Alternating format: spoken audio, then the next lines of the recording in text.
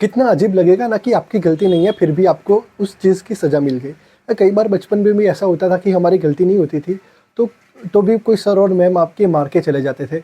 तो आज हम ऐसी चीज़ के बारे में बात करने वाले हैं, लॉ ऑफ टॉर्ट के एक ऐसे टॉपिक के बारे में कि स्ट्रिक्ट लायबिलिटी और एब्सोल्यूट लायबिलिटी, मतलब कि यहाँ पे आपकी गलती है या गलती नहीं है या कुछ भी, हमको फ़र्क नहीं पड़ता पर सज़ा तो आपको मिलेगी।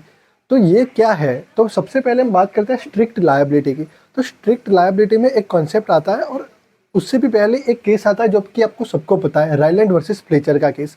और रायलैंड वर्सेस फ्लेचर के केस और जो भोपाल लीग केस है, हम दोनों में कंफ्यूज होते हैं कि कौन से केस में स्ट्रिक्ट लायबिलिटी आएगी और कौन से केस में एब्सोल्यूट लायबिलिटी आएगी। तो हम सबसे पहले बात करते हैं स्ट्रिक्ट लायबिलिटी की।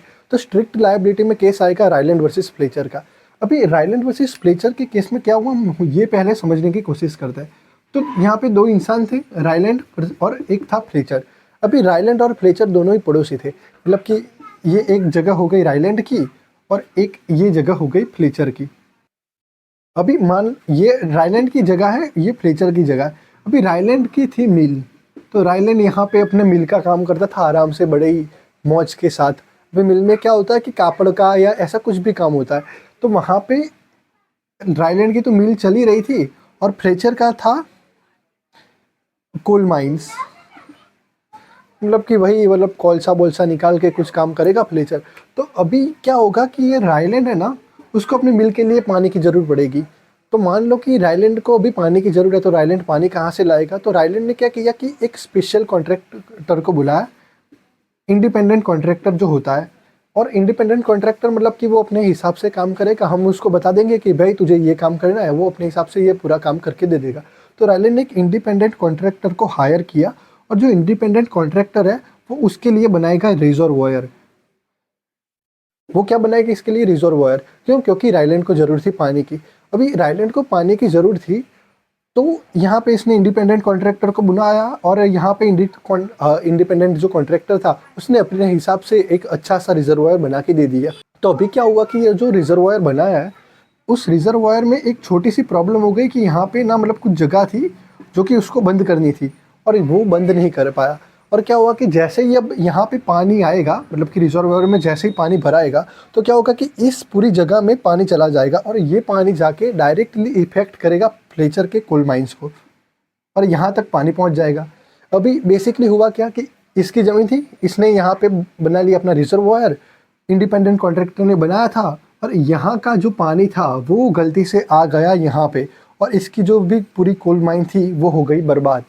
अब ये फ्लेचर भाई बोले कि भाई रायलैंड तू दे दे मुझे पैसे। क्यों दे दे पैसे? क्योंकि तेरा पानी मेरे घर पे आ गया, मतलब कि तेरा पानी मेरी जगह पर आ गया और मैं हो गया बर्बाद।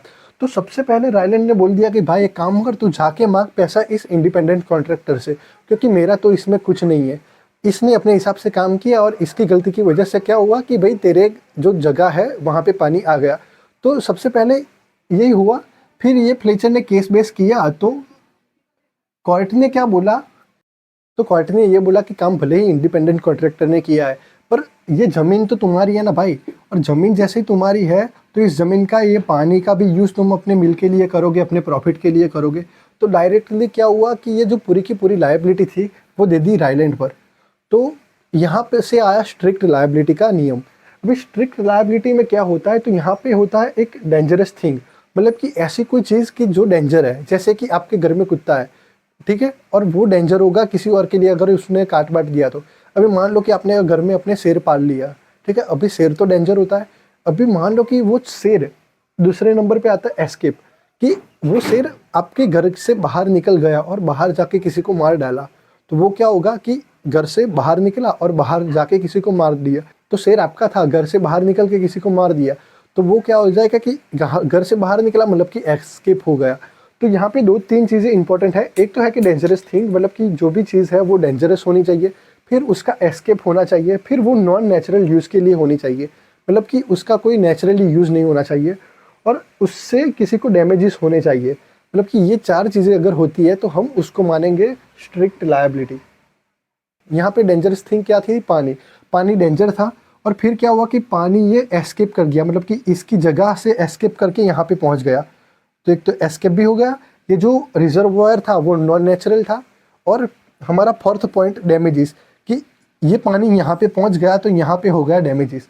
तो इतना टाइम हुआ, तो इतना हुआ। तो हमको 4 चीज़ें इंपॉर्टेंट यहाँ पे रखनी है: dangerous thing, escape, non natural use और डैमेजेस। अब हम बात करते हैं कि इसके कुछ एक्सेप्शन है कि नहीं। तो हाँ, इसके एक्सेप्शन भी है। तो चलो अभी हम देख लेते हैं एक्सेप्शंस। तो एक्सेप्शंस में पहला है कंसेंट, मतलब कि रायलैंड और फ्लेचर दोनों ही बाय बाय ये और दोनों ने ही कुछ कंसेंट वंसेंट दे के काम किया है। मतलब कि रायलैंड और फ्लेचर दोनों को ही पानी बानी से फ़ायदा है और दोनों ने ही अगर कंसेंट से वो काम किया है, और अगर उसी वजह से ज़मीन पे पानी चला जाता है और कोल माइंस बिगड़ जाती है तो दोनों का कंसेंट था, इसलिए वो एक दूसरे पर केस नहीं कर सकते क्योंकि दोनों का कंसेंट था। दूसरी चीज़ है प्लेंटी फॉल्ट, मतलब कि अगर फ्लेचर का ही कोई फॉल्ट निकलेगा तो फिर वो किस हिसाब से और कौन से मुंह लेके रायलैंड पे केस करेगा।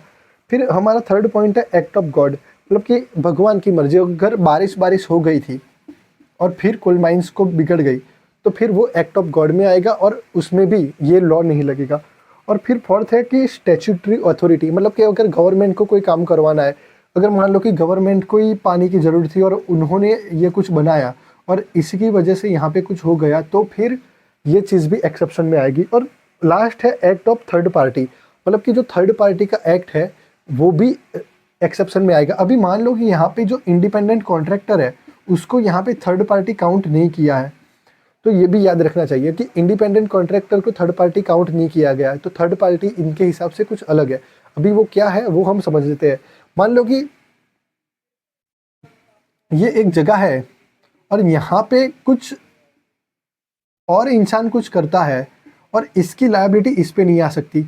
अगर ये अपने हिसाब से इंडिपेंडेंटली काम करता है तो यहाँ पे कुछ प्रॉब्लम होगी, और वहाँ पे जो अगर कुछ प्रॉब्लम हुई तो ये इस पे कुछ कानूनी कार्यवाही नहीं कर पाएगा।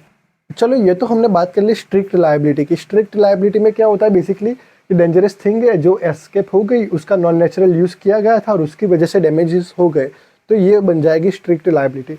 और यहाँ पे कंसेंट हुए, या तो फिर प्लेंटिफ का ही फॉल्ट है, या तो एक्ट ऑफ गॉड है, या तो स्टैट्यूटरी अथॉरिटी है, या तो फिर एक्ट ऑफ थर्ड पर्सन है, तो फिर वो होगा एक्सेप्शन और ये यहाँ पे स्ट्रिक्ट लायबिलिटी नहीं लगेगी।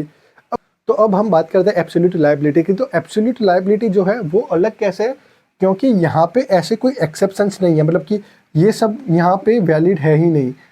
तो यहाँ पे क्या है, तो MC Mehta versus union of India 1987, याद रखना, MC Mehta versus union of India 1987 में जो हुआ था श्री राम फूड, मतलब कि जो ओलियम लीक केस हुआ था, श्री राम फूड, भोपाल केस की बात नहीं हो रही, यहाँ पे बात हो रही है दिल्ली केस की। तो यहाँ पे ये नया लॉ बनाया, तो तब हमारे कोर्ट ने क्या किया कि तब कोर्ट को भी ये पता था कि पहले भी भोपाल वाला केस हो चुका है, तो तब हमारे खुद के ही सिद्धांत को जन्म देना पड़ा और हम लाए एब्सोल्यूट लायबिलिटी, और ये इंडिया में ही बना हुआ है। जबकि ये जब हम स्ट्रिक्ट लायबिलिटी की बात करते हैं तो ये अंग्रेजों से आया हुआ है, तो तब हमने यहाँ पे अंग्रेजों की बात नहीं मान के हमारा खुद का नियम बना दिया, और क्या हुआ कि हमने अपने हिसाब से एब्सोल्यूट लायबिलिटी ऐड कर दी। यहाँ पे क्या हुआ कि अगर तुम्हारी कोई बड़ी फैक्ट्री है या तो फिर ऐसा कुछ भी चीज़ कि जहाँ पे तुम किसी चीज़ का उत्पादन करते हो, हम जैसे ही भोपाल गैस केस की बात करते हैं तो वहाँ पे क्या हुआ था कि भाई मिथाइल जो था गैस वो बाहर लीक हो गया था और उसकी वजह से बहुत सारी प्रॉब्लम हुई थी और बाहर 3000 से भी ज़्यादा लोग मर गए थे। तो फैक्ट्री उनकी है, उन लोगों को ध्यान से काम करना चाहिए, और उनकी अगर लापरवाही की वजह से कुछ प्रॉब्लम हो जाती है तो फिर उनको पूरी की पूरी जिम्मेदारी भी उन पर ला दी जाती है। जैसे कि ये बहुत बड़ी फैक्ट्री है, यहाँ पे जो काम होता है वो होता है जहरी गैस का काम, और अगर ये गैस बाहर आ गए तो नॉर्मल लोग तो इससे मर ही जाएंगे, प्राणियों को भी इफ़ेक्ट होगा और बहुत सारी प्रॉब्लम हो जाएगी। तो इन लोगों की ये जवाबदारी बनती है कि ये लोग उस चीज़ को कम्प्लीटली रखे अपने हाथ में, और अगर यहाँ पे इनको पूरा मैनेजमेंट संभालना पड़ता है, और अगर इनके मैनेजमेंट से कोई गलती हो गई या इनसे कोई गलती हो गई तो डायरेक्टली लायबिलिटी इन पे आ जाएगी, और वो भी एब्सोल्यूट लायबिलिटी। यहाँ पे एक्सेप्शंस भी नहीं है। और बात करें अगर एब्सोल्यूट लायबिलिटी की, तो यहाँ पे क्या होगा कि आपको पूरी की पूरी जिम्मेदारी दे दी जाएगी, आपके ऊपर थमा दी जाएगी, और आपको ये सारी की सारी पे करने पड़ेंगे। क्यों? क्योंकि आप ही इस जो भी चीज़ है यहाँ पे जो भी आप उत्पादन कर रहे हो, यहाँ से सारे के सारा प्रॉफिट आपको ही होने वाला है, और अगर सारा प्रॉफिट आपको ही होना है तो फिर आपको वो लायबिलिटी भी एक्सेप्ट करनी पड़ेगी। तो यही था स्ट्रिक्ट लायबिलिटी और एब्सोल्यूट लायबिलिटी। अगर आपको कुछ और भी समझना है तो आप कमेंट करके, नेक्स्ट वीडियो कौन से टॉपिक पे चाहिए कमेंट करके बताइए, हम अगला वीडियो उस पे लाएंगे। Thank you.